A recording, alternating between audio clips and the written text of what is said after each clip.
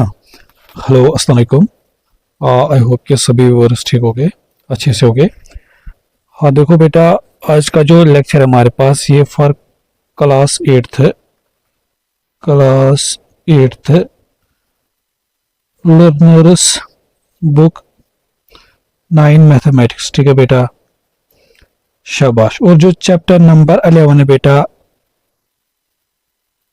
Ratio and proportion, इसकी exercise 11.1 इस lecture में हम डिस्कस करने जा रहे हैं। ठीक है, तो बस यही चीज बताऊंगा बेटा हमारे पास कि लेक्चर को स्टार्ट से लेके पूरा एंड तक देखना है। ठीक है, तो पहले में इसकी जो इंट्रोडक्शन है बेटा हमारे पास, जो बेसिक कुछ हमारे पास थोड़ा सा वो सीखेंगे हमारे पास, फिर आ जाएंगे हमारे पास हम क्वेश्चंस पे कि क्वेश्चंस हम कैसे सॉल्व करते हैं। शाबाश। तो इसीलिए लेक्चर को स्टार्ट से लेके एंड तक पूरा देखना है हमारे पास। अब देखो बेटा, हमारे पास जब हम इस लेक्चर पे आ जाते हैं हमारे पास इस एक्सरसाइज पे, तो हमें जो वर्ड मिलता है रेशियो, और ये हमें पहली एक्सरसाइज में ही पढ़ना हमारे पास इसी के बारे में, रेशियो के बारे में हमारे पास। ठीक है ना। अब बात समझो इस तरीके से, हमारे पास अगर मैं सपोज कोई भी टू नंबर्स लिखता हूं, जैसे हमारे पास 30, 50। ठीक है बेटा, तो अगर मुझे रेशियो, पहली बात तो रेशियो में रिप्रेजेंटेशन या रेशियो में लिखने का तरीका कैसे, इस तरीके से, या तो इसको ऐसे पढ़ते 30:50, और या ऐसे पढ़ सकते हैं, या ऐसे बोल सकते हैं 50:30। ठीक है, तो पढ़ते इस तरीके से हमारे पास 30:50 या 50:30। अच्छा, इस चीज को आप ऐसे भी लिख सकते हो 50/30, और ये चीज आप लिख सकते हो 30/50। और दूसरी बात याद रखना बेटा हमारे पास कि रेशियो में नंबर्स तभी कंसिडर किए जाएंगे जब वो सिंपलेस्ट फॉर्म में होंगे। जैसे ये 50 और 30 अभी सिंपलेस्ट फॉर्म में नहीं है हमारे पास, तो इनको हम सिंपलीफाई कर सकते हैं। कैसे? इनका जो हाईएस्ट कॉमन फैक्टर है वो 10 रहता है, तो ये 10 1 ज़ा 10 5 ज़ा, ये 10 1 ज़ा 10। अब एक्चुअल रेशियो इनका ये बनेगा 5:3 हमारे पास। तो हमने देखा बेटा हमारे पास यहाँ पे इनका जो हमने कॉमन फैक्टर कैंसिल किया वो था 10, वो था हमारे पास 10। ठीक है, अब बात समझो इस तरह से, हमारे पास अगर हमें कल के टाइम में ऐसा लिखा होगा कि सपोज टू नंबर से उनका रेशियो है 2:3। अगर हमें ये क्या बोल रहा है कि सपोज टू नंबर्स हमारे पास है जिनका रेशियो है 2:3, तो फिर अगर मैं बताऊंगा आप लोग को, बताओ फाइंड द नंबर्स, तो क्या हम बता सकते हैं कि नंबर्स क्या रहे होंगे जिनका रेशियो 2:3 आया होगा? बहुत सारे पॉसिबिलिटी आने के लिए जिनका रेशियो, तो हम एग्जैक्टली नहीं बता सकते कि कौन से ऐसे दो नंबर्स हो गए जिनका 2:3 रेशियो आया होगा हमारे पास, क्योंकि यहाँ पे हम बहुत सारे चांस ना क्या बोलते हैं उसको, हम पेयर्स बना सकते हैं जिनका रेशियो 2:3 आ सकता है। ठीक है, मगर एक चीज तो हमें पता अब है कि अगर ये दो नंबर्स रेशियो में आए हैं तो ये रेशियो में तभी आए होंगे हमारे पास, और जब ये सिंपलेस्ट फॉर्म में लिखे हुए हैं, तो ये जब रेशियो में हमारे पास बेटा ये तभी रेशियो में आएंगे जब इनका, जैसे यहाँ पे कोई एक कॉमन फैक्टर कैंसिल हुआ होगा। तो अगर मैं आप लोग को यहाँ पे बताऊं, क्या हम क्या बता सकते हो क्या कॉमन फैक्टर कैंसिल हुआ होगा? आप भी बताओगे नहीं, मैं भी बताऊंगा नहीं। और मैथमेटिक्स में जब हमें नहीं पता है कि कोई नंबर क्या होता है, तो हम यहाँ पे वेरिएबल का यूज करते हैं। मैं बोलता हूँ लेट, वो जो कॉमन फैक्टर यहाँ पे कैंसिल हुआ वो क्या होगा? एक्स। अच्छा, मुझे एक बात, जो हमने पहली एग्जाम ये ऊपर ही एग्जाम्पल की थी, इनको जब हमने रेशियो में लिखा था वो कितना आया था? 5:3। अगर मैं आपको बताता, अब देखो यहाँ पे हमें पता था कि ये जो कॉमन फैक्टर यहाँ पे कैंसिल हुआ 10, अगर मैं बताता आपको, मुझे अब इनका रेशियो क्या है 5:3, अगर मैं आपको बताता कि मुझे ओरिजिनल नंबर बनाने, तो वो कैसे बनेगा? हम 3 को मल्टीपल करेंगे वापस इसी कॉमन फैक्टर से, इस 5 को यहाँ से कॉमन मल्टीपल करेंगे इसी कॉमन फैक्टर से। तो अगर हमें यहाँ पे नहीं पता हमारे पास कि कॉमन फैक्टर क्या रहा है, तो जब नहीं पता है तो हम क्या बोलेंगे? Suppose let that common factor be X हमारे पास, तो फिर ये नंबर क्या रहा होगा? तो ऑब्वियसली जो कॉमन फैक्टर हमने, तो इससे मल्टीपल, और ये भी इसी को इसी से मल्टीपल, तो ये बनेगा 2x। ये बनेगा हमारे पास 3x। समझ आया बेटा, शाबाश। तो इस तरीके से हम बता सकते हैं कि नंबर फिर 2x या 3x होगा हमारे पास। अब अगर मैं ऐसे कुछ बोलता आपको, सपोज कि मेरे पास रेशियो है टू नंबर्स का 2:3, और इसमें से हमारे पास बेटा जो जिस पार्ट या एक नंबर जो हमारे पास जिस जैसे यहाँ पे था हमारे पास कि मैं अगर सपोज बोलता एक नंबर यहाँ पे 30 है, ठीक है, या मैं अगर यहाँ पे बोलता हूँ कि ये जो 3 रेशियो यहाँ पे रिप्रेजेंट कर रहा है या जो ये 3 पार्ट रिप्रेजेंट कर रहा है, सपोज मैं बोलता हमारे पास ये था हमारे पास 18, ये कितना हमारे पास था 18, तो ये 3 से 18 कैसे बना होगा? आप बोलोगे मल्टीप्लाई 6 करके, तो ये 2 पार्ट कितना दिखाता होगा फिर 2 इंटू 6 करके, तो 2 6 12 हमारे पास। तो समझ आया बेटा हमारे पास। तो देखो जब हम एक्सरसाइज अब करेंगे ना आप लोग को और चीजें अच्छी तरीके से क्लियर, तो पहले बस आप लोग याद रखो कि रेशियो में तभी आ जाएंगे चीजें हमारे पास जब उनका कोई कॉमन फैक्टर कैंसल हुआ होगा। तो अगर हमें नहीं पता है तो हम उसको या तो एक्सपुट करेंगे, तो वैसे तो हमें इस एक्सरसाइज में नहीं करना है पुट में, आपको हम इसको और भी तरीके से सीखेंगे कैसे हम सॉल्व कर सकते हैं, मगर एक्चुअल जो तरीका होता है यही हमारे पास दिस ये वाला। समझा बेटा, शाबाश। तो अब हम करते हैं काम, अब हम आ जाते हैं डायरेक्ट क्वेश्चन पे, ठीक है ना। तो इसी से आप लोग को चीजें क्लियर हो जाए कि यहां से, शाबाश।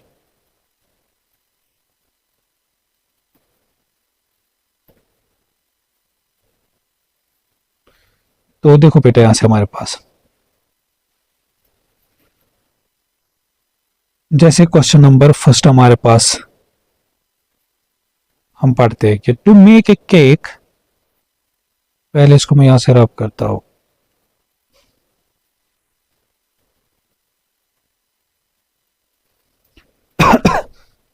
देखो बेटा क्या बोला, to make a cake Marco uses sultanas and cherries, मतलब केक बनाने के लिए क्या यूज करता है क्वेश्चन नंबर 1 में बेटा हमारे पास, इस सुल्तानाज और चेरीज को यूज करता है। देखो सुल्तानाज इज टू चेरीज का, और ये रेशो भी दे रहा है उनका कितना है, और ऑर्डर नहीं लेना, सुल्तानाज का रेशो 5 पार्ट है, चेरीज का 2 पार्ट है, तो सुल्तान टू चेरीज का रेशो 5:2, ठीक है। Marco uses 80 gram of cherries to make the cake. अब ये क्या बोल रहा है बेटा हमारे पास, ये इस चेरी का कितना यूज करता है 80 ग्राम, मतलब अगर हम देखो चेरी, अगर हम देखिए रेशियो के अकॉर्डिंग ये चेरी कितना रिप्रेजेंट करता है 2 पार्ट्स, ठीक है बेटा। तो हम क्या लिखेंगे, देखो रेशियो के अकॉर्डिंग चेरीज कितने हैं 2 पार्ट्स यहां से बेटा, मगर अगर हम देखेंगे यहां से एक्चुअल में ये कितने हमारे पास 80 ग्राम्स, तो हम बता सकते हैं ऐसे कि 2 पार्ट्स, यहाँ पे जो 2 पार्ट्स हमारे पास बेटा वो किसके बराबर है 80 ग्राम्स के, तो यहाँ पे 1 पार्ट का क्या मतलब होगा, 1 पार्ट इज इक्वल टू होगा 2 1 240 ग्राम हमारे पास। अब ये जो 40 आपको अगर आप लोग को ध्यान आएगा ना, ये जो 1 पार्ट मतलब ना बेटा ये एक्चुअल में दिखा रहा है यहाँ पे कॉमन रेशियो, और मुझे पता है जब हमें नंबर वापस चाहिए तो हम क्या करते हैं, अगर मुझे अब मुझे ये वही होगा, ये कॉमन रेशियो होगा हमारे पास बेटा, सॉरी ये कॉमन फैक्टर हमारे पास जो हमने कैंसिल किया होगा, ठीक है, मतलब हाइस्ट, एक्चुअल में इसको बोलते हैं हाइस्ट कॉमन फैक्टर हमारे पास, एचसीएफ होगा यहाँ से हमारे पास इनका। और फिर मैंने क्या बोला था, अगर मुझे वापस वो ओरिजिनल नंबर चाहिए तो हम क्या करते हैं, वो इन जो रेशियोज है इनको मल्टीपल करते हैं इसी कॉमन फैक्टर से। देखो अगर अब मुझे कॉमन फैक्टर पता चलता, तो अगर मुझे ये चाहिए होता तो ये, अगर मुझे मतलब ये पता होता कॉमन हाइस्ट कॉमन फैक्टर इनका 40 है, तो ये मल्टीपल देखो 2 इंटू 40 बनता है 80। तो अगर मुझे ये बताना होगा कि इसमें से, देखो फिर ऑब्वियसली हमें ये बताना होगा कि सुल्तानाज इसमें हम कितना यूज करते हैं हमारे पास, तो वो कितना आएगा 5 इंटू 40, ठीक है बेटा। तो सुल्तानाज इसमें जो यूज करते हैं हम वो 5 इंटू 40, तो ये बनेगा हमारे पास 200 ग्राम्स। फिर बोल रहा है कि टोटल, और टोटल मिला के कितना यूज कर, देखो इसके 80 और इसका 80, तो 280 ग्राम्स हमारे पास। तो ये था हमारे पास बेटा क्वेश्चन नंबर 1। फिर आ जाओ question number 2। Fruit dessert contains raspberries and strawberries in the ratio 1:2। यहां से बेटा रेस्पबेरीज और स्ट्रॉबेरीज का रेशियो कितना है हमारे पास 1:2, ठीक है। जस्ट टू वेट एक सेकंड।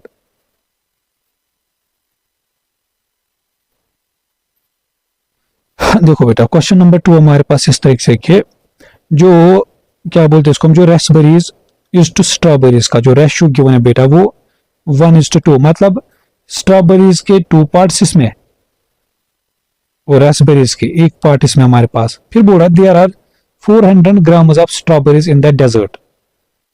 देखो रेशियो के अकॉर्डिंग स्ट्रॉबेरीज के कितने पार्ट है, 2 पार्ट, मगर ये बोल रहा है एक्चुअल जो स्ट्रॉबेरीज है इसमें वो 400 पार्ट्स हमारे पास बेटा। तो हम लिखेंगे ऐसे हमारे पास कि 2 पार्ट्स इज इक्वल टू 400 ग्राम और ये 1 पार्ट आएगा यहाँ से हमारे पास बेटा 2 1 जा तो 200 ग्राम यहाँ से हमारे पास। ये जो आया ना एक्चुअल ये वही HCF आया हमारे पास बेटा, जो कॉमन फैक्टर हम कैंसिल करते थे हमारे पास। तो अब फिर हम वापस क्या करते थे, अगर मुझे अब ये बताना होगा देखो 1 पार्ट मतलब होगा 200 ग्राम। अब अगर मैं देखो जो रेसबेरीज है बेटा वो तो एक ही पार्ट हम यूज करते हैं, तो मतलब रेसबेरीज का कितना पार्ट इसमें बेटा हमारे पास है, रेसबेरीज के कितने हो गए इसमें 1 × 200, तो वो 200 ग्राम में आएगा हमारे पास। फिर बोल रहा है कि टोटल कितना आएगा इनका, देखो टोटल आएगा इसमें हमारे पास बेटा एक सेकंड रेसबेरी 1 पार्ट, ठीक है सही। फिर बोला how much fruit is there all together in the dessert, यहां से हमारे पास, ठीक है बेटा। देखो हमने देखा कि तो फिर टोटल मिला के कितना होगा इसमें फ्रूट यहां से हमारे पास बेटा, देखो तो यहां से हमने देखा इस तरीके से हमारे पास, तो टोटल कितना होगा इसमें बी पार्ट हमारे पास क्या बोलते हैं इसको, देखो स्ट्रॉबेरीज के थे 400 ग्राम और इसके कितने आए अब 200 ग्राम, तो टोटल मिला के बनेंगे 600 ग्राम यहां से। शाबाश, तो ये मैं उम्मीद करता हूं ये आप लोग को समझ आया। तो आ जाओ नेक्स्ट क्वेश्चन पे यहां से।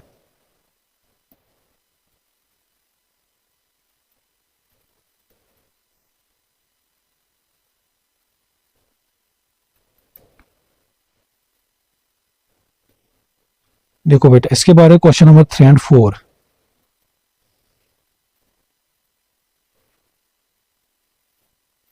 जैसे जैसे हम एक्सरसाइज में आगे बढ़ेंगे तो हमें इंटरेस्टिंग क्वेश्चंस दिखने को मिलेंगे। क्वेश्चन नंबर 3 हम देखते हैं इस तरह से बेटा, ये क्या बोल रहा है कि Xavier and Elisa share some money in the ratio 3:5।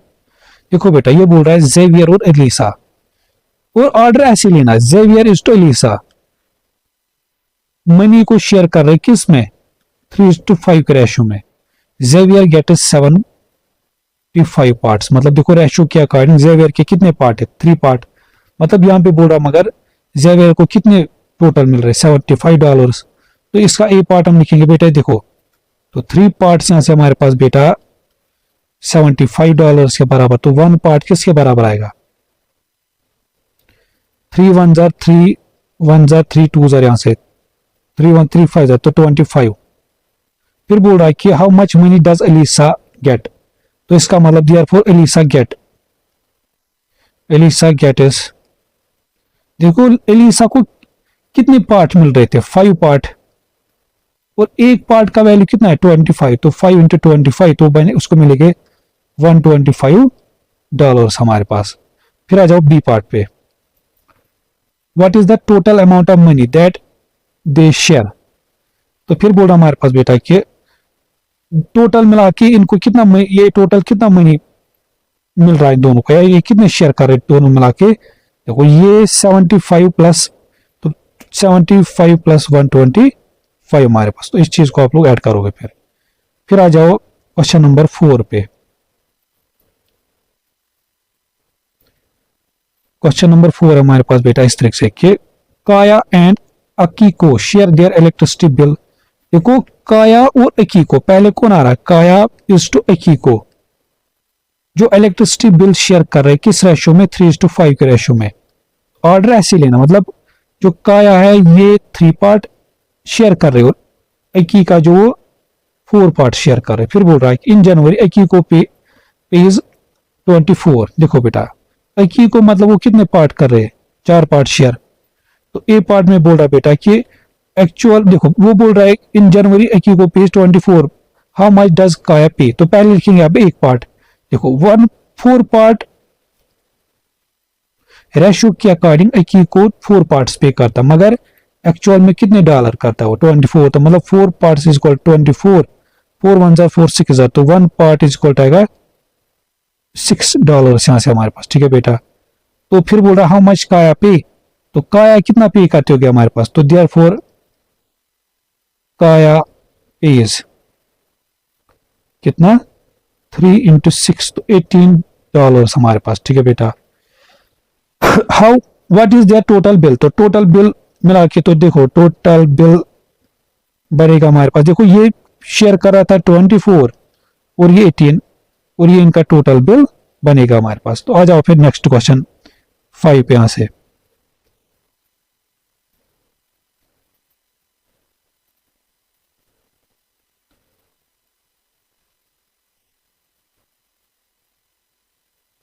देखो बेटा क्वेश्चन नंबर 5 हमारे पास इस तरीके से कि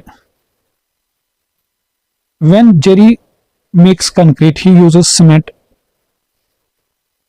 sand and gravel in the ratio this. देखो बेटा जब ये कंक्रीट बनाता है ये कैसे का, ये सीमेंट सैंड और ग्रेवल को मिक्स करके किस रेशियो में मिक्स करता है 1:2:4 के रेशियो। तो क्वेश्चन नंबर 5 में बेटा हमारे पास लिखेंगे देखो cement is to sand is to gravel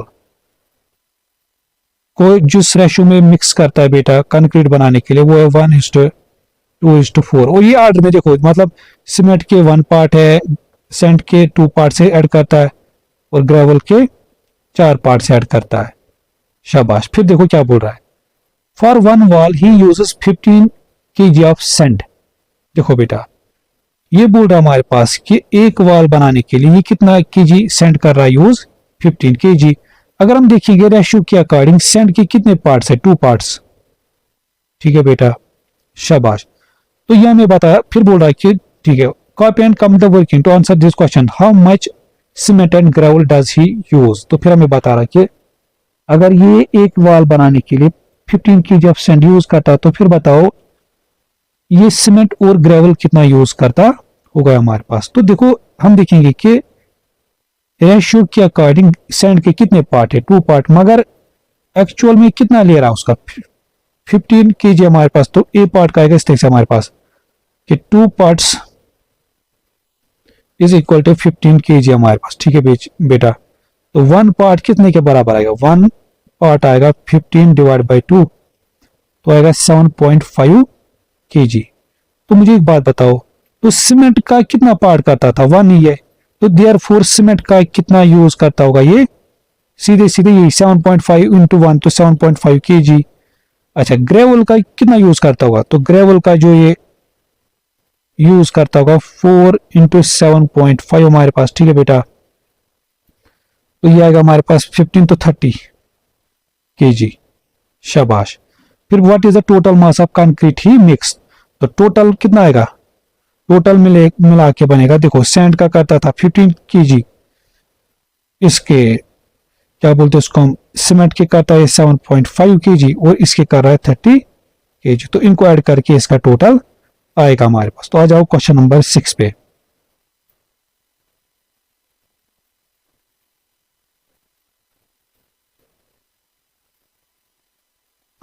easy chapter, बस दिमाग रखना है और सीखना और ऑर्डर में लिखना है रेशियो को, बाकी इजी चैप्टर हमारे पास है। देखो बेटा क्वेश्चन नंबर 6 थ्री चिल्ड्रन हमारे पास बेटा share some sweets in the ratio 4:7:9। The child with the most sweets get 54 sweets. देखो बेटा क्वेश्चन नंबर 6 में बोल रहा है इस तरह से कि 3 चिल्ड्रन जो बेटा हमारे पास वो स्वीट्स को किस रेशियो में शेयर करते हैं 4:7:9 के रेशियो में हमारे पास इस तरह से। फिर बोल रहा है मतलब रेशियो के अकॉर्डिंग एक को 4 पार्ट्स मिल रहे, दूसरे को 7, तीसरे को 9 पार्ट्स। फिर बोल रहा था child with the most sweet is get is 54 sweets, मतलब जिसको सबसे ज्यादा स्वीट मिल रहे हैं ना हमारे पास उसको 54 मिल रहे हैं। अगर हम देखेंगे रेशियो के अकॉर्डिंग सबसे ज्यादा किसको मिल रहा है, जिसको 9 पार्ट मिल रहा है, तो यही 9 पार्ट किसके बराबर होगा 54 के। तो विच इंप्लाइज हम लिखेंगे बेटा 9 पार्ट्स इज इक्वल टू 54। तो 9 1 9 6 तो 1 पार्ट इज इक्वल, बस ये 1 पार्ट निकला हमारे। अब ये कुछ भी पूछे हो गया खत्म। How many sweets does each of the other children gate. तो इसका मतलब देखो जिसको ये 4 पार्ट्स मिलते थे इसको कितना मिलता होगा 4 इंटू 6 इक्वल 24 स्वीट्स हमारे पास। और इसी तरीके से जिसको ये 7 पार्ट्स मिलता था इसको कितना मिलता होगा एक्चुअल में 7 इंटू 6 तो 42 स्वीट्स। शाबाश। What is the total number of species that they share? तो बी पार्ट का कितना है? देखो एक को मिलते थे 54, देखो एक को मिले, ये तो खुद ही बोल रहा, दूसरे को 24, तीसरे को 40, तो 54 प्लस 24 प्लस 40, इन चीजों को आप लोग ऐड करोगे। फिर आ जाओ क्वेश्चन नंबर 7। एक्चुअल में इसका फिर नेक्स्ट पेज में थोड़ा सा पहले में पढ़ते, देखो Nia and Ray use different method to answer this question. John के Lee share water this is in the ratio how much bill, ये तो इसने वैसे भी किया होगा खुद। फिर हम देखते हैं क्वेश्चन क्या है इसका। शाबाश। तो क्वेश्चन नंबर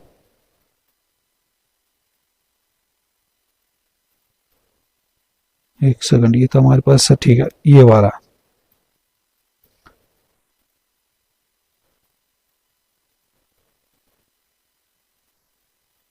शाबाश।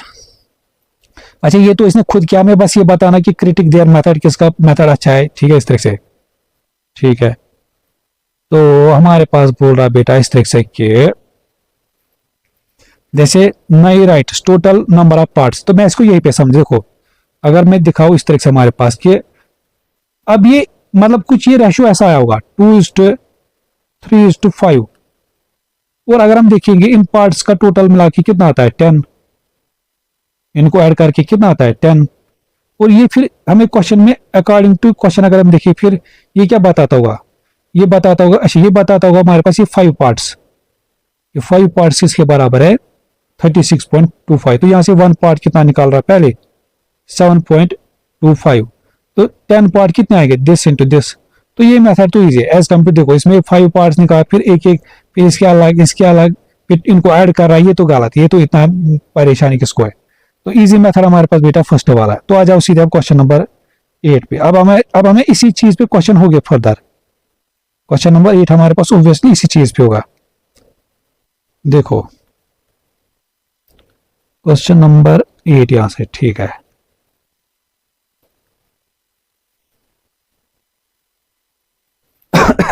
जो क्वेश्चन नंबर 8 हमारे पास बेटा है वो Xavier makes some green paint, he mixes yellow blue and white paint in the ratio 4:5 this. देखो बेटा क्वेश्चन नंबर 8 में क्या बोल रहा हमारे पास कि जेवियर जो बेटा वो एक ग्रीन पेंट बना रहा हमारे पास, वो क्या जेवियर जो हमारे पास एक्स मतलब जेवियर, हाँ वो बना रहा हमारे पास एक ग्रीन पेंट। मगर जो ये ग्रीन पेंट बनाना रहा है हमारे पास बेटा, ये बना रहा है किन किन पेंट्स को मिक्स करके या किन किन कलर्स को मिक्स करके, yellow is to blue is to white paint को मिक्स करके। मगर किस रेशियो में इनको, देखो yellow is to blue is to white को 5:4 एक सेकंड 4:5:1 के रेशियो में, ठीक है। He uses 600 ml of yellow paint. देखो बेटा अगर हम देखेंगे रेशियो के अकॉर्डिंग येलो का कितना लेता है 4 पार्ट, मगर ये बोल रहा हमारे पास कि वो एक्चुअल में येलो का कितना लेता है 600 ml। तो यहाँ तो पहले हम फर्स्ट वो एक काम करेंगे, एक पॉइंट फाइंड करेंगे, तो हम लिखेंगे बेटा हमारे पास how much blue paint does he use, हमें फिर बता, तो वैसे हमें उसके लिए पहले 1 पार्ट चाहिए। तो अब हम लिखेंगे हमारे पास, देखो ए पार्ट के लिए इसे कि 4 पार्ट्स, क्योंकि येलो एक्चुअल में कितने 4 parts, but according to question ये 4 पार्ट्स कितने के बराबर 600 ml। तो यहां से हमारे पास 1 पार्ट किसके बराबर आएगा, वो आएगा हमारे पास बेटा 600 डिवाइड बाई 4, तो ये आएगा 300 डिवाइड बाई 2, तो आएगा 150 ml। मतलब यहाँ पे जो 1 पार्ट दिखा रहा है वो कितने के बराबर 150 ml। तो विच इंप्लाइज हमारे पास बेटा कि फिर जो बोल रहा था ए पार्ट में how much blue paint does he use, देखो ब्लू के अकॉर्डिंग बेटा हमारे देखे तो ब्लू के अकॉर्डिंग ये रेशियो के अकॉर्डिंग कितने पार्ट लेता था 5, तो 1 part is equal to 150 ml यहां से। तो इसका मतलब ब्लू का कितना यूज करता होगा हमारे पास बेटा, which implies blue paint he uses कितना होगा हमारे पास 5 into 150, तो 5 zeros are 5 zeros are 25, 750 ml। अच्छा फिर बोल रहा how much green paint does he make. अब बात समझो बेटा, ग्रीन पेंट मतलब क्या था, ये टोटल मिला के ये सब कुछ, मतलब हमें फिर ये इन सब का ऐड करने को बोल रहा है इन द एंड हमारे पास। अगर हम देखें तो फिर ग्रीन पेंट जो टोटल हमारे पास बनेगा हमारे पास इस तरह से, तो बी पार्ट का बनेगा ऐसे टोटल ग्रीन पेंट, वो बनेगा। देखो येलो का कितना था इसमें, येलो तो खुद बोल रहा था 600 ml प्लस, इसका कितना था हमारे पास, क्या बोलते हैं उसको हम, ब्लू का कितना है 750। अच्छा मुझे एक बात बताओ, देखो व्हाइट का कितना रिप्रेजेंट करता था बेटा, 1 पार्ट, और 1 पार्ट तो हमने देखा कितना रिप्रेजेंट करता है 150, तो प्लस 150 ml। तो इन सबको ऐड करके ये टोटल बनेगा हमारे पास कि कितना ग्रीन पेंट बनाता है। ठीक है बेटा, अब मैं इस क्वेश्चन को यहां से इरेज करके फिर, क्योंकि ये पे क्वेश्चन नंबर 9 भी है, फिर इसको हम सॉल्व करते हैं। तो अगर किसी को उतारना होगा तो वो वीडियो को पॉज करके या किसी भी तरीके से लिख सकता है।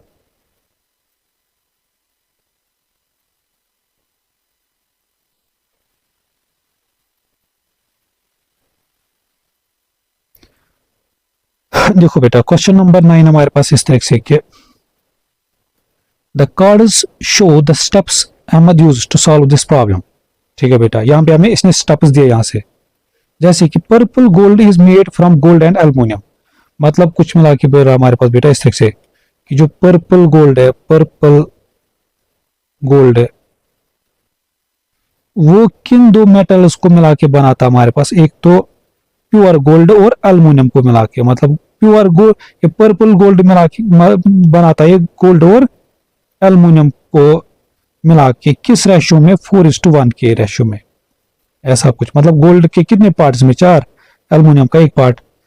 A purple gold bracelet has 39 gram more gold than aluminum. What is the mass of the bracelet? अब देखो बात यहां से, अब देखो बेटा, अब हमें थोड़ा हट के क्वेश्चन आया। ये बोल रहा है कि ये जो पर्पल गोल्ड हमारे पास बेटा, ये जो पर्पल गोल्ड हमारे पास, इसमें क्या है, इसमें 39 ग्राम मोर गोल्ड देन एल्युमिनियम। मतलब इसमें देखो, अगर आप देखोगे भी रेशियो के अकॉर्डिंग गोल्ड का कितना पार्ट है, 1, एल्युमिनियम का 1। ये बोल रहा है कि इन एक्चुअल, इन रियलिटी गोल्ड का कितना ज्यादा है एल्युमिनियम से, 39 ग्राम। मगर अगर हम देखेंगे बेटा रेशियो के अकॉर्डिंग, ये गोल्ड कितना ज्यादा इस एल्युमिनियम से, 3 पार्ट्स। समझा बेटा, ये गोल्ड जो हमारे पास बेटा अगर रेशियो के अकॉर्डिंग देखे, एल्युमिनियम से कितने पार्ट ज्यादा है, 3 पार्ट, और यही तो 3 पार्ट। तो यहां से हम लिखेंगे बेटा इस तरह से, विच इंप्लाइज ये 3 पार्ट सी किसके बराबर हमारे पास है, जिस 39 ग्राम के बराबर। समझा बेटा, तो देखो जो रेशियो के अकॉर्डिंग क्या ज्यादा, 3 पार्ट्स, मगर ये खुद बोल रहा था कि एक्चुअल में कितना ज्यादा है, वो 39 ग्राम। तो मतलब यही 3 पार्ट्स इज इक्वल टू, अब बस यहाँ पे इसको हमें स्टेप में लिखना है। देखो जैसे पहला स्टेप क्या करेंगे हम, ये चीज कि क्या बोलते हैं उसको, पहला स्टेप तो ये बनेगा difference in number of parts, वो ये पहला स्टेप तो ये। फिर क्या करेंगे हम, ये वाला क्या बोलते हैं उसको हम, 3 पार्ट्स, सेकंड पार्ट बनेगा सेकंड ये वाला, 3 पार्ट्स इज इक्वल टू 39 ग्राम। ठीक है बेटा, तो यहां से हमें 1 पार्ट, तो थर्ड पार्ट क्या होगा, दिस थर्ड स्टेप होगा हमारे पास ये। तो 1 पार्ट कितना आ रहा है, तो जैसे 1 पार्ट कितना आया था 13 ग्राम हमारे पास। फिर क्या करेंगे हमारे पास, जैसे बोल रहा हूँ what is the total mass of bracelet, total mass of bracelet का मतलब होगा इसमें जो गोल्ड और एल्युमिनियम दोनों को मिला के।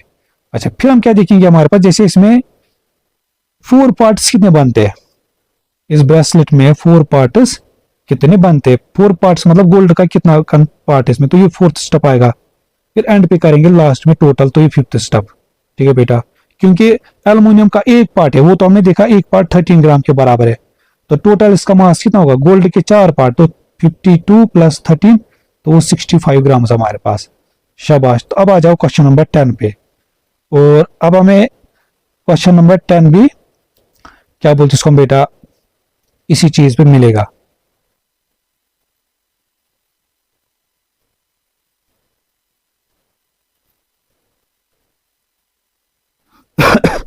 क्वेश्चन नंबर 10 इस तरीके से कि देखो यहां से बेटा, शाबाश, Moira and Nan share some money in the ratio 3:7। देखो बेटा क्वेश्चन नंबर 10 में क्या बोल रहा हमारे पास इस तरीके से कि जो मोयरा और नन वो मनी को शेयर कर रहे हैं, कुछ मनी को, किस रेशियो में, 3:7। अच्छा ये ऑर्डर में लिख रहा है, मतलब मोयरा का 3 पार्ट है, नन का 7, तो मोयरा इज टू 3:7 है। फिर बोल रहा है Nan get is 28 more than Moira. Obviously को नन को ज्यादा मिलता है, रेशो से हमें पता चल रहा है कि किससे, मोयरा से।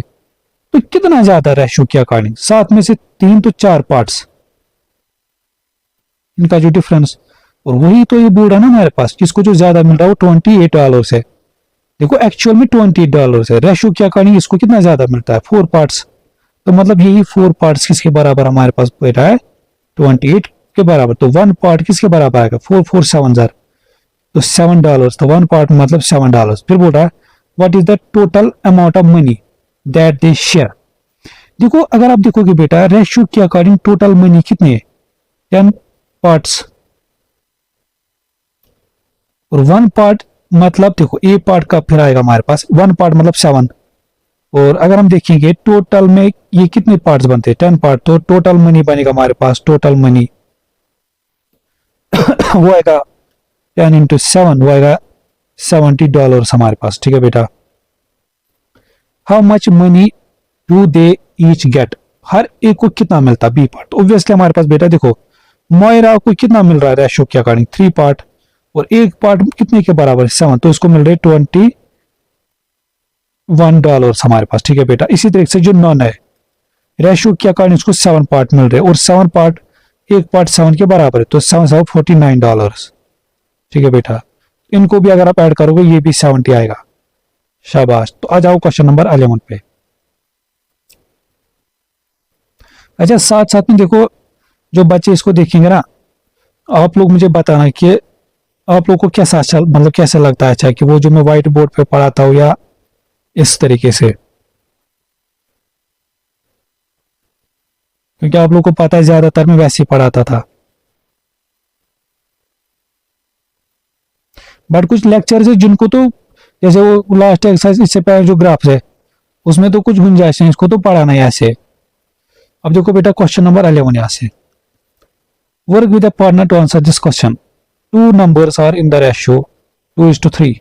One of the numbers is 6. What is the other number? अब देखो बेटा यहाँ से, अब हमें यहाँ से थोड़ा और हट के क्वेश्चन, नेक्स्ट पैटर्न का टाइप क्वेश्चन हमें मिला।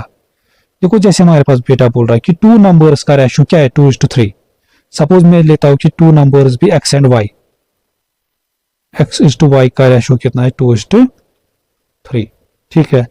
फिर क्या बोल रहा है कि one of the number is 6, इनमें से कोई एक नंबर 6 है। हमें नहीं पता कि क्या ये x6 है या y6 है, तो मतलब दोनों हो सकते हैं।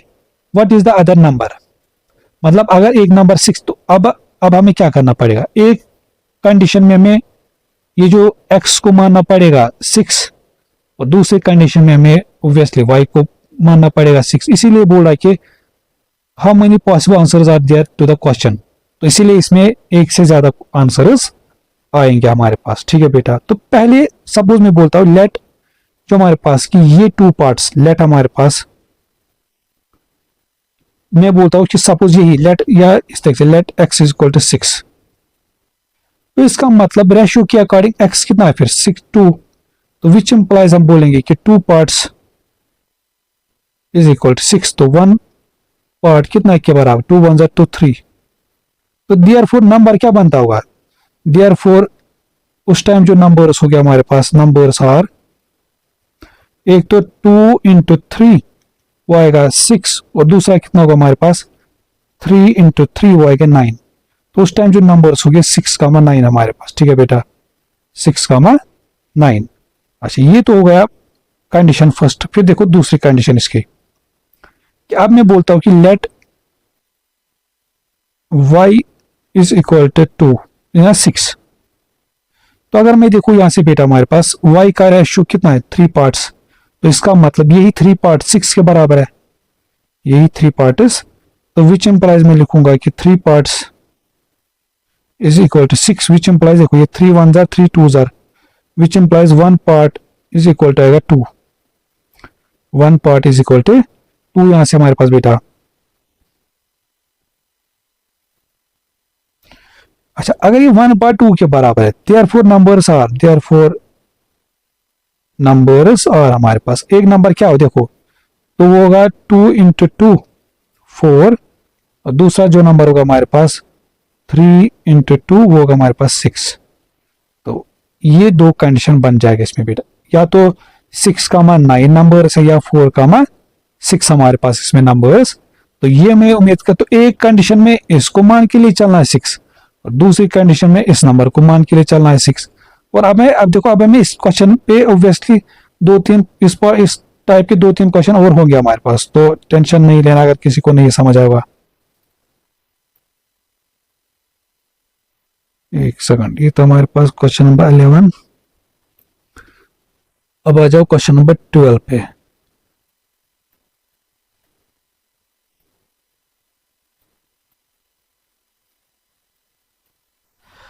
देखो क्वेश्चन नंबर 12 पढ़ो पहले बेटा कि 2 numbers are in the ratio 8:3। हम वही काम करते हैं बेटा इस तरह से। क्वेश्चन नंबर 12 को मैं ऐसे लिखता हूँ कि मैं सपोज बोलता हूँ कि वो 2 numbers let the 2 numbers be X and Y, तो उनका रेशियो कितना हमारे पास बेटा है 8:3 हमारे पास। जिस तरह से मेरे माना one of the number is 0.48, इनमें से कोई एक नंबर क्या बेटा 0.48। फिर बोल रहा कि work out the 2 possible values for the other. तो इसमें भी वही कहानी बेटा, या तो पहले 8 पार्ट को 0.48 के बराबर पुट करना है, या फिर 3 जो पार्ट है हमारे पास बेटा उसको 0.48 के बराबर। तो पहले मैं कंडीशन फर्स्ट लिखता हूं, ये C1 कंडीशन फर्स्ट। इसमें क्या लिखेंगे हमारे पास बेटा कि सपोज ये 8 पार्ट ही किसके बराबर है, ये 8 पार्ट हमारे पास बेटा है 0.48 के बराबर है। तो इसका मतलब 1 पार्ट यहाँ पे कितना है, हमारा काम यही 1 पार्ट फाइंड करना। यह आएगा फिर 0.48 डिवाइड बाई 8, 0.48 डिवाइड बाई 8 यहां से हमारे पास।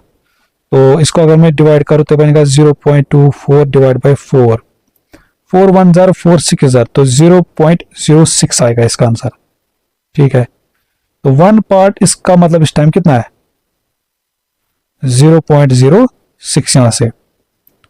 तो इसका मतलब देखो बेटा देयरफॉर नंबर्स आर, तो नंबर क्या क्या होंगे, एक तो 8 इंटू 0.06 और दूसरा कितना होगा उस टाइम, इसका रेशियो कितना है 3, रेशियो क्या करें 3 पार्ट, तो 3 इंटू 0.06 हमारे पास। ठीक है बेटा, तो ये बनेगा 6 से 48, तो 0.48, 3 6 18, तो 0.18 यहां से हमारे पास।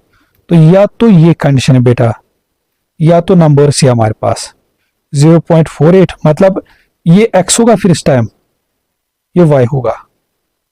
ठीक है बेटा, या तो ऐसा, या फिर मैं कंडीशन 2 लेता हूं C2। अब मैं देखो इस टाइम मैंने क्या बोला था कंडीशन फर्स्ट में कि ये 8 पार्ट 0.48 के बराबर। कंडीशन 2 में क्या बोलता हूं मैं सपोज कि अब ये 3 पार्ट, क्योंकि हमें तो नहीं पता है ना कि इन दो नंबर्स में से कौन सा नंबर ये 0.48 के बराबर, तो हमें दोनों को लेके चलना। तो 3 पार्ट को मैं क्या मान के लिए चलता हूं, यही 0.48 के बराबर। ठीक है बेटा, तो ये फिर आएगा हमारे पास विच इंप्लाइज 1 पार्ट, 1 पार्ट कितना आएगा यहां से 0.48 डिवाइड बाई 3, तो ये आएगा देखो 3 1 जा तो 0.1, 3 6 जा तो 0.16, तो इसका मतलब एक पार्ट इसके अकॉर्डिंग कितना आ रहा है फिर 0.16 हमारे पास। ठीक है बेटा, तो इसका मतलब फिर मैं यहाँ पे इस तरह से लिखूंगा कि विच इंप्लाइज, तो देयरफॉर नंबर्स आर, तो फिर इस टाइम नंबर क्या हो गया, एक तो 8 इंटू 0.16 और दूसरा कितना होगा हमारे पास 3 इंटू 0.16 हमारे पास। ठीक है, तो अगर मैं देखो ये बनेगा 3 6 18, 8 1 कैरी हमारे पास, 3 1 जा 3 4, डेसिमल था 2 डिजिट के बाद, तो ये बनेगा इस तरह, तो 0.48। ठीक है बेटा, अच्छा इसमें फिर क्या नंबर बनेगा हमारे पास, ये बनेगा 8 इंटू 8 6 8 48, तो यहां से 8 4 कैरी, 8 1 जा 8 और 8 प्लस 4 होता है हमारे पास 12, डेसिमल के बाद 2 डिजिट थे तो यहाँ पे 1.28 आएगा। ठीक है बेटा, तो इसका मतलब यहाँ पे जो हमारे पास जो ये टू कंडीशंस हमारे पास बन रहे हैं क्वेश्चन नंबर 12 में। वो क्या बन रहा है हमारे पास, एक तो 0.18, ठीक है बेटा, 0.48 एंड 0.18 एंड 1.28 एंड दूसरा क्या बन रहा हमारे पास 0.48 यहां से हमारे पास। ठीक है, तो देखो इस टाइम जो ये x रिप्रेजेंट करता होगा और ये y रिप्रेजेंट करता होगा हमारे पास। तो ये मैं उम्मीद करता हूँ ये आप लोग को समझ आया होगा हमारे पास। अब मैं इसको इरेज करता हूं, फिर हम करते हैं यहां से नेक्स्ट क्वेश्चन 13 इसी पे। तो देखो बेटा इस तरह से हमारे पास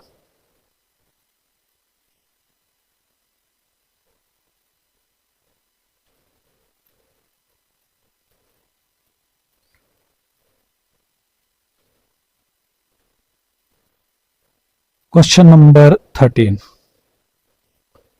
When Sophia makes oat biscuits, she pays syrup, क्या बोला, she uses syrup, butter and oats in the ratio 1:2:4 हमारे पास बेटा। ये क्या बोल रहे कि जब ये ओट्स बिस्कुट बनाते हैं हमारे पास बेटा, ये क्या करती है, ये साइरप, बटर और ओट्स को मिलाती है किस रेशियो में, 1:2:4 के रेशियो में हमारे पास। ठीक है बेटा, तो साइरप का कितना पार्ट्स में होगा 1, बटर का 2, ओट्स का 4 पार्ट्स। फिर बोल I have plenty of syrup, मतलब साइरप जो इसके बेटा बहुत कुछ है, मतलब साइरप पे यहाँ पे डिपेंड नहीं करे, मगर फिर ये बोल रही साथ में हमारे पास कि I have only 250 gram of butter. तो बटर के इसके पास ओनली कितने बेटा 250 ग्राम एंड इसके ओट्स के कितने हमारे पास बेटा है,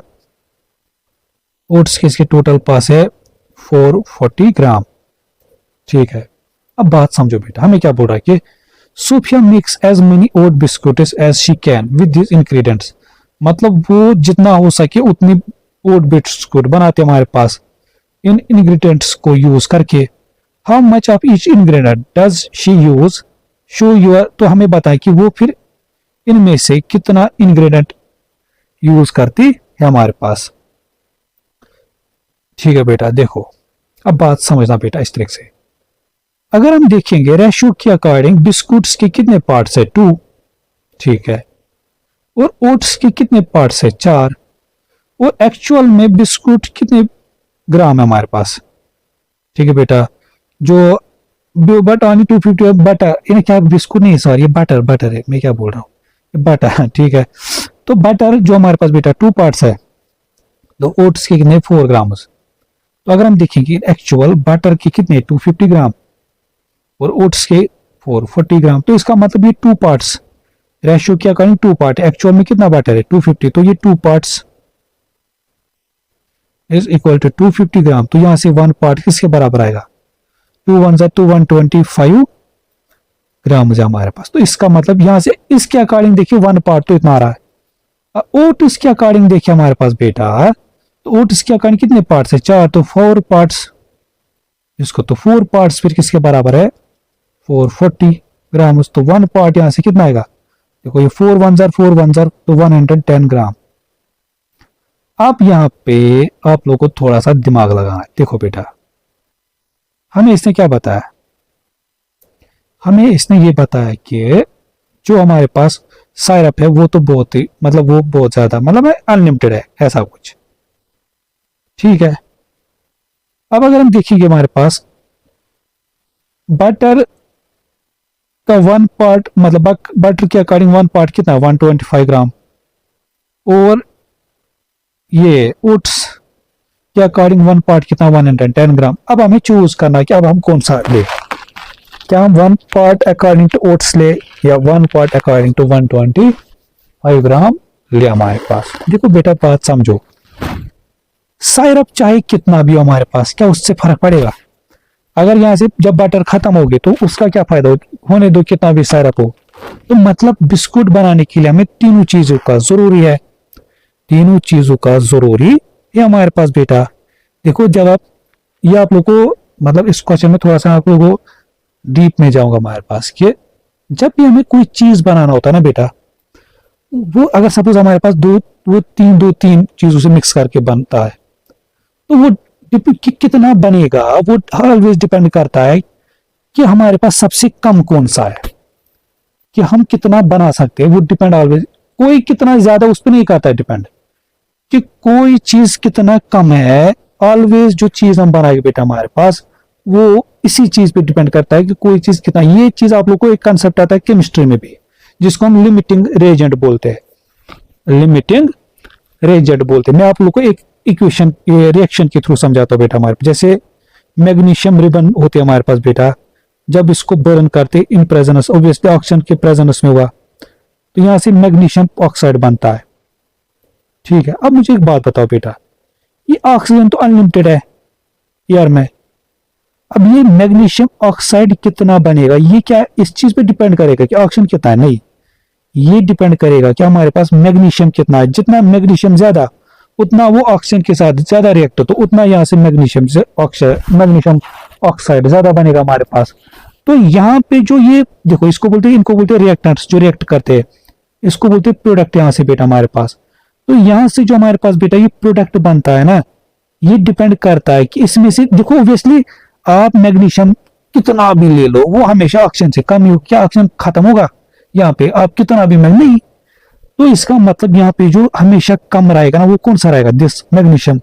और ये जो कम है, इसको बोलते हैं केमिस्ट्री के सेंस में फिर लिमिटिंग रिएजेंट हमारे पास। ठीक है बेटा, और यही डिपेंड करे, यही हमें यही दिखाएगा कि प्रोडक्ट कितना बनेगा या प्रोडक्ट कितना बनेगा, वो इसी चीज पे डिपेंड करेगा। इसी तरीके से इसमें आप कितने बिस्कुट्स बना सकते हो ना, वो उस इंग्रेडिएंट पे कम डिपेंड करेगा कि सबसे कम वाला कौन सा है। क्योंकि जब वो खत्म होगा हमारे पास, तो तब जो बाकी चाहे कितना भी हमारे पास, तब तो नहीं बना सकते हम।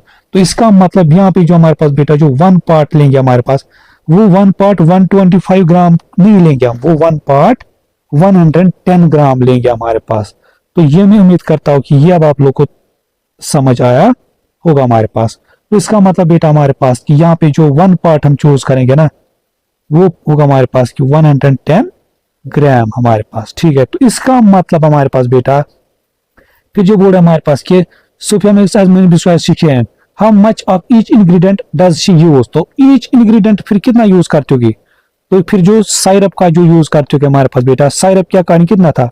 1 पार्ट, तो 1 इंटू 110 ग्राम, तो 110 ग्राम में आएगा हमारे पास। तो बटर के कितने थे? बटर के थे हमारे पास बेटा 2 पार्ट्स, तो 2 इंटू 110 ग्राम, तो ये 220 ग्राम। अच्छा, ओट्स के कितने पार्ट थे? 4 ग्राम, तो ओट्स के कितने, तो ओट्स का कितने इंक्रीज टोटल होगा यहाँ से हमारे पास बेटा? ओट्स का यहाँ से 4 इंटू 110 ग्राम, तो ये बनेगा हमारे पास 440 ग्राम यहाँ से बेटा। तो इस तरीके से इस बिस्कुट में इंग्रेडिएंट्स मिले होंगे हमारे पास। ठीक है बेटा, तो ये मैं उम्मीद करता हूं कि ये चीज आप लोगों को समझ आया होगा। तो मुझे लगता है सबसे जो बेस्ट क्वेश्चन अभी तक का था जो यही था हमारे पास। बाकी में तो वही है, एक पार्ट निकालो बस हो गया। यहाँ पे थोड़ा सा एक लॉजिकल क्वेश्चन था हमारे पास। तो आ जाओ नेक्स्ट क्वेश्चन 14 पे हमारे पास।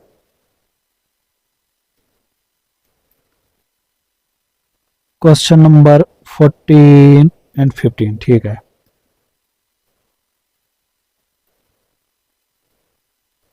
देखो बेटा, देखो ये भी इजी क्वेश्चन है यहाँ से हमारे पास। White gold is made from, देखो बेटा ये क्या बोल रहा है क्वेश्चन नंबर 14 में, क्या हमारे पास हम बनाते हैं व्हाइट गोल्ड किन चीज को मिला के? तो गोल्ड को, प्लेडियम को, निकल को, जिंक को, किस रेशो में? 15:, मतलब जो व्हाइट गोल्ड हमारे पास होता है बेटा, व्हाइट गोल्ड वो किन किन मेटल्स को मिला के बनाता है हमारे पास बेटा? वो होता है हमारे पास एक, और अच्छा रेशो यही लेना, इसी के according gold is to palladium is to nickel is to zinc. ठीक है बेटा, केमिस्ट्री के सेंस में इसको अलॉय बोलते हैं। ठीक है, पढ़ोगे आगे आगे। तो ये किस रेशो में हमारे पास बेटा? 15:2:2:1। ठीक है, तो मतलब गोल्ड के इसमें 15 पार्ट है, प्लेडियम के 2, निकल के 2, जिंक का 1 पार्ट है। फिर बोला कि अब व्हाइट गोल्ड रिंग, अब हमारे पास बेटा कोई व्हाइट गोल्ड रिंग है। अब जब आप लोग को व्हाइट गोल्ड रिंग का सेंस आए जैसे, तो इसमें चारों मेटल्स मिला के हो गए, कंटेन्स 9 ग्राम ऑफ गोल्ड। ठीक है बेटा, तो हमें क्या बता रहा हमारे पास कि उसमें कितने ग्राम ऑफ गोल्ड है, 9 ग्राम। मगर हमें पता है कि रेशियो के अकॉर्डिंग गोल्ड का कितना पार्ट है, 15 पार्ट्स। तो विच इंप्लाइज हम लिखेंगे बेटा यहां से जो 15 पार्ट्स है ये किसके बराबर, 9 ग्राम। ये क्या लिखा मैंने, 9 ग्राम। ठीक है बेटा, फिर बोल रहा है कि what is the mass of the ring.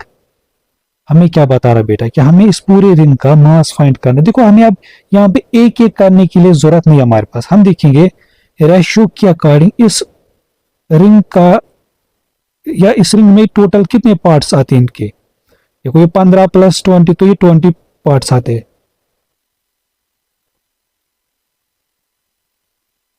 पहले में अगर यहां से देखो बेटा एक पार्ट कितने के बराबर था, एक पार्ट आता है बराबर 9 डिवाइड बाई 15।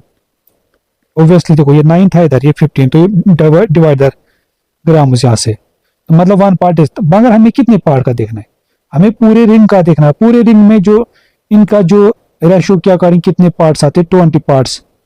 तो हमें ऑब्वियसली हमने सीधे सीधे देखूं 20 पार्ट्स कितने, तो मैं इधर से भी 20 मल्टीपल करूंगा तो मैं इधर से भी 20 मल्टीपल करूंगा तो 20 पार्ट्स का जो बनेगा हमारे पास बेटा ये आएगा 9 डिवाइड बाई 15 इंटू 20। देखो 5 1 jar 5 3 jar 5 4 jar 3 1 jar 3 3 jar 3 4 jar 12 ग्राम। तो इसका मतलब बेटा यहां से हमारे पास कि पूरे इस रिंग का जो मास है हमारे पास बेटा वो कितना है, 12 ग्राम। मतलब 20 पार्ट से मतलब कितना एक्चुअल में टोटल है, 12 ग्राम यहां से फिर आ जाओ क्वेश्चन नंबर 15 पे। ठीक है बेटा, तो अब मैं इसको यहां से रब करता हूं। तो ऐसा कुछ हमारे पास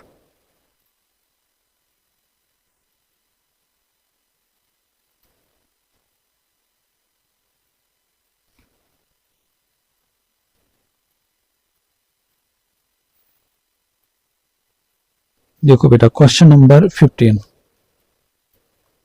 इस तरह से हमारे पास कि the largest angle in A triangle is 75 degree. पहली बात तो जब भी ट्रायंगल की बात आएगी मैं हमारे पास बेटा हमें पता है कि ट्रायंगल में तीनों एंगल का सम कितना होता है, 180 डिग्री। फिर ये बोल रहा है कि इसमें जो सबसे लार्जेस्ट एंगल है वो सपोज मैं ये मान के लेता हूं कि वो 75 डिग्री है। ठीक है, फिर बोल रहा है कि the difference between the other two angles is 15 degree हमारे पास। फिर बोल रहा है हमारे पास कि अब जो ये दो अदर एंगल्स है इनके बिटवीन कितनी का डिफरेंस है, 15 डिग्री। मतलब अगर सपोज ये 10, देखो अगर मैं क्या मानता हूं, अगर ये 10 डिग्री होगा एज्यूम मानता हूं मैं, तो ये कितना होगा ऑब्वियसली 25, तो भी तो 25 - 10 आएगा, 15 का डिफरेंस। तो मगर एक बात बताओ मुझे बेटा, क्या हमें पता है कि कितना ये, नहीं। तो जब हमें मैथ में नहीं पता हम क्या मान के ले चले, मैं बोलूंगा कि सपोज ये एंगल एक्स है तो ये कितना होगा फिर, तो ऑब्वियसली 25 + x। तो ये जो एंगल होगा हमारे पास बेटा ये कितना होगा, 25 + x। ठीक है, तो फिर हमें बता रहा है, देखो आप बात समझो बेटा, हमें क्या बता रहा है कि हम देखो हमें right the ratio of angles, हमें एंगल्स का रेशियो लिखना है। तो पहले तो हमें एंगल्स पता होने चाहिए ना। मैंने क्या बताया, तीनों एंगल्स का सम होता है ट्रायंगल में, एंगल सम प्रॉपर्टी उसको बोलते हैं ऑफ ए ट्रायंगल, वो 180 होता है। तो इसका मतलब बेटा हमारे पास जो ये देखो एक एंगल तो 75 है प्लस दूसरा एंगल कितना है x प्लस तीसरा एंगल कितना है 20x + 25, और इन तीनों एंगल का सम कितना बेटा होगा यहां से 180 डिग्री। अच्छा अब देखो बेटा हमारे देखो ये 75 + 25 बनेगा 100, और ये x + x बनेगा 2x, और ये किसके बराबर चल रहा है 180 के। देखो ये +100 इधर चला जाएगा -100, तो 2x का वैल्यू आएगा 180 - 100, तो ये बनेगा 2x का वैल्यू यहां से बेटा 180 माइनस है, तो ऑब्वियसली यहां से बनेगा हमारे पास ये क्या बोलते हैं उसको 80, तो x का वैल्यू होगा तो वो 2 1 240, तो 40। तो इसका मतलब ये जो एंगल है हमारे पास बेटा ये कितना है 40 डिग्रीज, और ये जो एंगल होगा ये 40 + 25 तो 65। तो इसका मतलब बेटा एक एंगल इसमें 75 है, दूसरा 40 है, एंड तीसरा 65 यहां से हमारे पास। फिर देखो क्या बोलता हमारे पास, write the ratio of angles, हमें रेशियो ऑफ एंगल्स लिखना है, मगर फ्रॉम स्मॉलेस्ट टू बिगेस्ट। तो मतलब तो देयरफॉर रेशियो जो बनेगा, देखो पहले कौन सा लिखना है 40, फिर मैंने देखो बोला था पहली रेशियो मतलब इस तरह से लिखना है, इस्ट 40 इस्ट, फिर सबसे बड़ा कौन सा, इसके बाद 65, इसके बाद 75 हमारे पास, ठीक है बेटा, जो ऑलरेडी गिवन था। तो रेशियो कितना आएगा, एक सेकंड एक सेकंड एक सेकंड एक सेकंड, एक एक एक चीज एक चीज एक चीज एक चीज, जस्ट वेट एक सेकंड। मुझे लग रहा है कि इनका सम तो नहीं आ रहा है, हमने गड़बड़ मत किया कहीं पे। 75x, अच्छा सॉरी यार, इनके बिटवीन डिफरेंस 15 का था, तो ये x प्लस 15 आता है। रे यार, आप लोगों ने क्यों नहीं बोला, इसीलिए आज जब ऑफलाइन में यही मजा होता है, अगर इंसान कुछ मिस भी करता है तो बच्चे साथ में बोलते हैं यहाँ पे मिस किया। तो देखो यहाँ पे मैं लिखते जा रहा हूँ लिखते जा रहा हूँ, तो ये x प्लस 15 बनेगा, तो इधर 15 आएगा, तो ये फिर 75 प्लस 15 बनेगा हमारे पास 90, तो ये फिर 180 माइनस 90, ठीक है। तो ये आएगा फिर हमारे 180 में से 90, तो ये बनेगा 90। तो x का देखो 2/90/2 आएगा 45। तो इसका मतलब बेटा एक जो एंगल यहाँ पे हमारे पास वो है,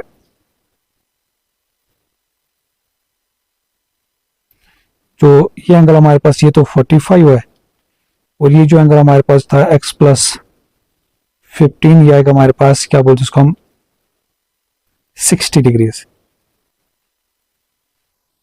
x प्लस 45, तो वही है, x निकला 45 प्लस 15 आएगा 60 डिग्रीज। तो देयरफॉर जो रेशियो आएगा यहाँ से हमारे पास बेटा वो आएगा, जो रेशियो आएगा यहाँ से हमारे पास बेटा वो आएगा इस तरह से। तो सबसे स्मॉलेस्ट यहाँ पे 45 है, इसके बाद यहाँ से हमारे पास 60 है, इसके बाद है 75। तो रेशियो बनेगा, देखो ये 15 से 3 हो रहे हैं, 15 3 जार, 15 4 जार, 15 5 जार, तो 3:4:5 का रेशियो यहाँ से बनेगा, ठीक है बेटा। हाँ शाबाश। फिर आ जाओ इस एक्सरसाइज के लास्ट क्वेश्चन पे हमारे पास।